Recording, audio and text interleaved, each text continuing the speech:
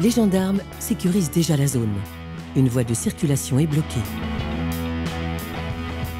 Le grumier est en mauvaise posture, à 2 doigts de se renverser.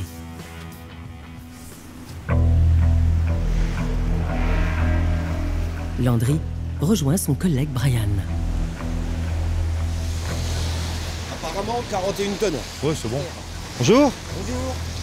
Ça va? Bonjour. Bonjour. On va regarder comment il est planté. Chaussée glissante, alcool, fatigue. Les gendarmes vont devoir faire la lumière sur les causes de l'accident.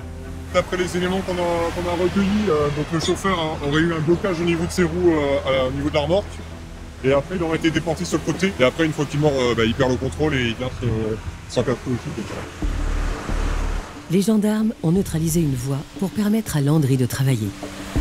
Le chauffeur, d'origine roumaine, s'inquiète pour son camion. No problème, on va le lever. Ok? Landry sait déjà comment il doit opérer pour sortir le camion de l'ornière. Là, on va lever un côté pour le soulager, pour redresser la remorque. Et ensuite, on va l'accompagner pour le sortir du fossé. Le Rotator, c'est l'arme absolue en matière de dépannage. Selon les modèles, la grue hydraulique peut monter à plus de 13 mètres. Elle pivote à 360 degrés et ses 2 treuils peuvent soulever en bout de flèche 14 tonnes, l'équivalent de 11 voitures moyennes. Le monstre d'acier est aussi équipé de 2 treuils de béquillage qui peuvent tracter 13 tonnes chacun. Sur les côtés, 2 treuils plus petits d'une puissance individuelle de 7 tonnes. Et enfin à l'arrière, un 7e treuil, le plus puissant de tous, qui peut sans peine tracter 30 tonnes à lui tout seul. Tu prends celles-là, ouais. Celles-là et celles du bas. Brian suit scrupuleusement les indications de Landry. Ouais, celle-là, on va la mettre là. On va s'arrimer à peu près ici, là. Tu vois, ici, là. D'accord. Sur ça. Donc là, tu mets un anneau au bout pour que je puisse mettre mon crochet. D'accord. Et l'autre côté, on va mettre directement la sangle. Voilà. La grue du Rotator va retenir le poids lourd pour l'empêcher de basculer dans le fossé sans abîmer la remorque.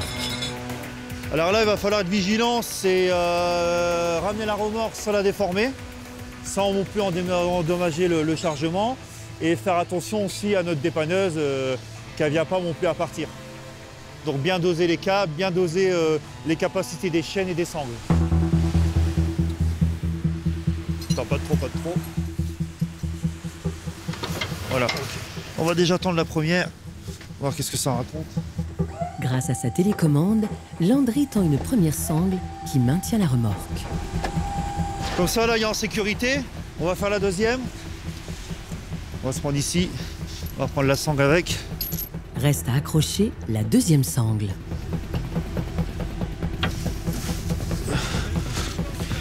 Alors là, on est croché au niveau du renfort du châssis.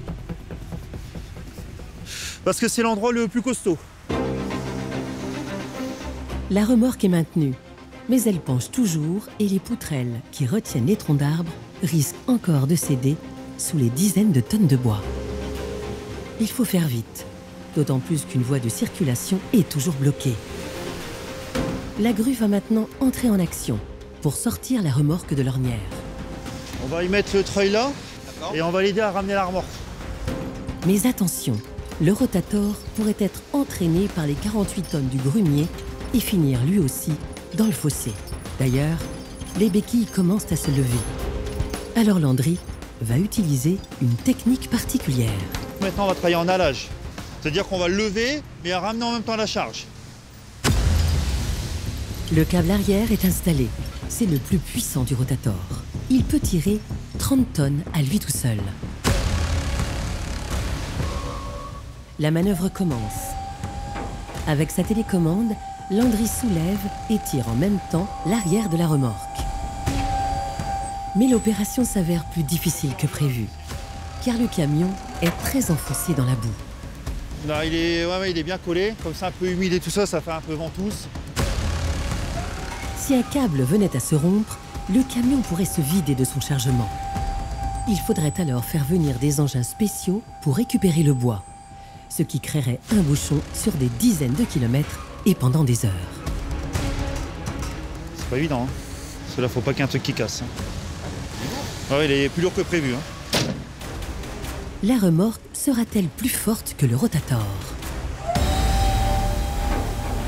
Voilà, là on est bien. Voilà. Une fois qu'il y aura remonté, qu'il sera sur le macadam, on sera bon.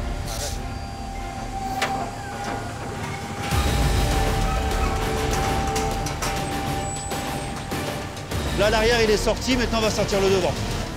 Les roues arrière du tracteur sont embourbées elles aussi. Et le chauffeur ne peut toujours pas repartir.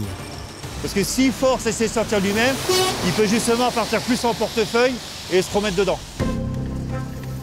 Landry va donc devoir treuiller le camion par devant. Brian installe un crochet. Tous les camions sont équipés, c'est pour pouvoir tirer le véhicule proprement.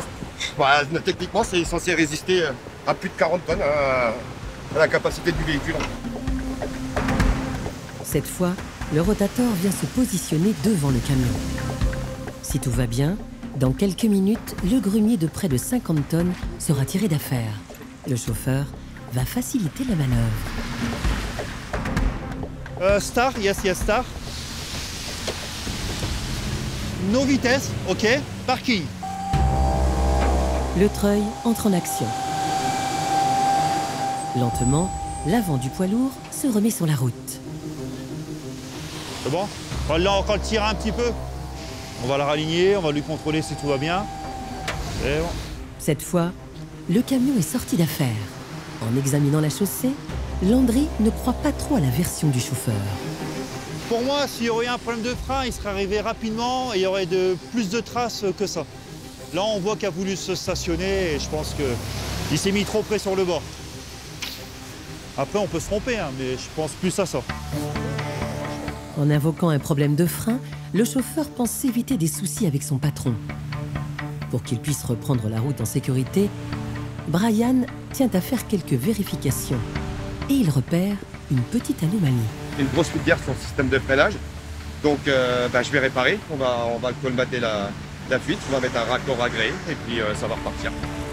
Les flexibles pneumatiques se seraient arrachés dans l'accident en frottant le bitume. Heureusement, dans son atelier roulant, Brian a tout ce qu'il faut pour réparer. Ici, en fait, il y avait le flexible, il était sectionné. Là, maintenant, c'est ce qu'on appelle un raccord union. Et c'est fait exprès, c'est des raccords agréés pour système de freinage. On a tous les types de raccords, justement, pour pallier au problème. Tout type de raccord, type de cosse, que ce soit des problèmes électriques, des problèmes de pneumatiques, sachant que la partie pneumatique sur un ensemble poids lourd, c'est une grosse partie. Le camion n'a pas été endommagé. Il va pouvoir repartir. Mais d'abord, il faut régler la facture qui doit être prise en charge par l'assistance du routier.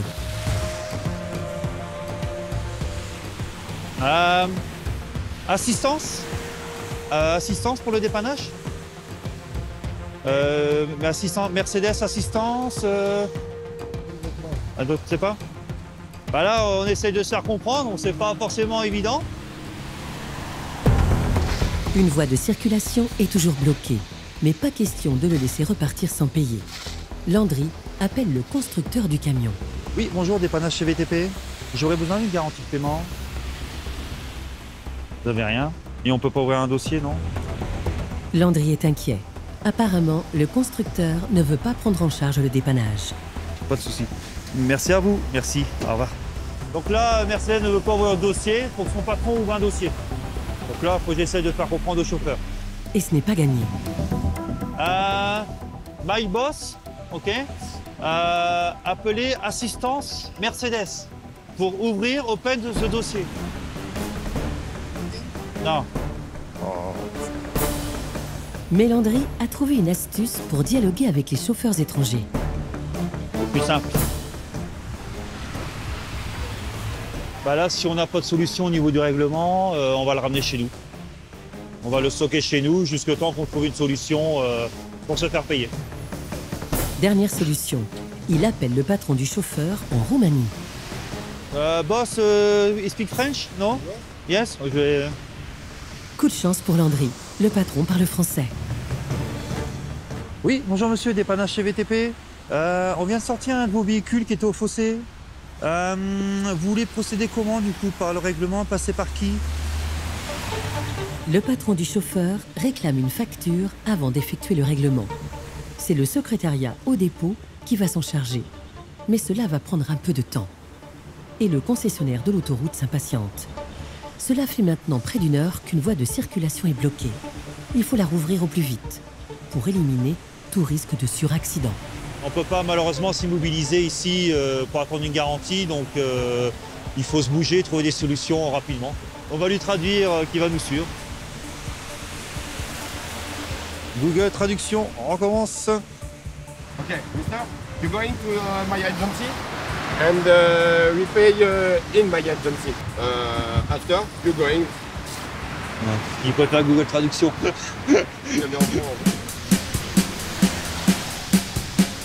On y va? On y va. Allez. Direction le garage, où le camion va être immobilisé en attendant le règlement de la facture.